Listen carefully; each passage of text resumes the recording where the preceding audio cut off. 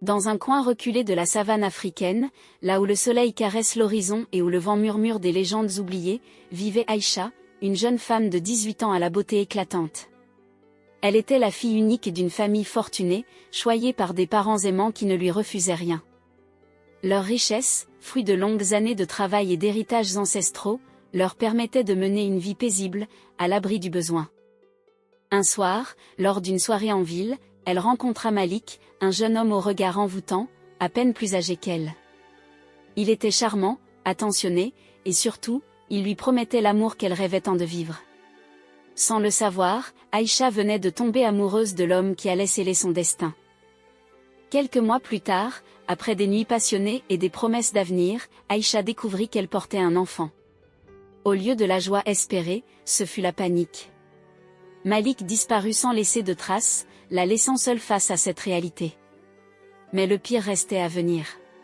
Attente, une femme jalouse et avide, avait toujours nourri une rancœur secrète envers la famille d'Aïcha.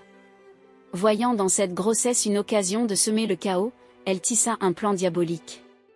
Profitant de la confiance des parents d'Aïcha, elle empoisonna leur nourriture, les condamnant à une mort lente et atroce.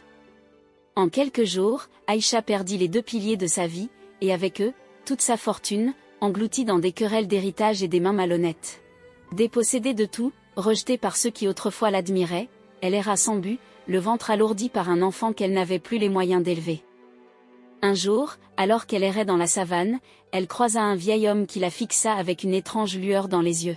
« Qui était ton père ?» lui demanda-t-il. Lorsqu'elle lui répondit, son cœur se figea. Malik était en réalité son frère, un enfant que son père avait eu d'une autre femme avant de l'abandonner. Aïcha sentit le sol se dérober sous ses pieds. Elle portait l'enfant de son propre frère, un amour devenu maudit. La honte, le désespoir et la douleur l'écrasèrent. Elle n'avait plus d'endroit où aller, plus d'espoir auquel se raccrocher. Pendant des semaines, Aïcha tenta de survivre en mendiant, en cherchant refuge sous les arbres de la savane, en se nourrissant de ce qu'elle trouvait. Mais la dure réalité de sa condition la rattrapa.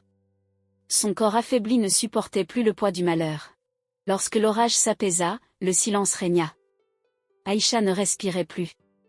Entre ses bras, un petit être fragile venait de voir le jour, ignorant que sa mère avait donné sa vie pour la sienne. Au matin, les villageois retrouvèrent le corps d'Aïcha, son visage paisible malgré la tragédie.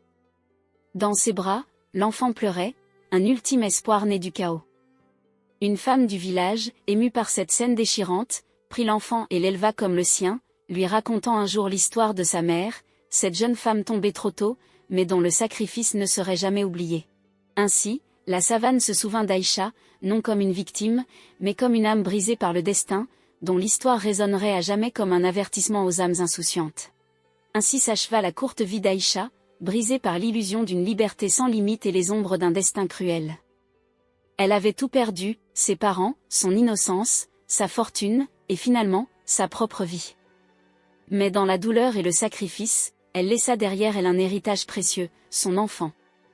La savane, témoin silencieuse de sa tragédie, chuchotait encore son nom à travers le vent. Chaque villageois qui croisait le regard de son bébé voyait en lui l'écho de cette mère partie trop tôt, une âme perdue qui avait offert son dernier souffle pour donner naissance à un espoir nouveau. Son histoire devint une mise en garde, un murmure dans la nuit rappelant aux jeunes âmes égarées que chaque choix façonne un destin. Aïcha n'avait pas seulement perdu sa voix, elle avait payé le prix ultime.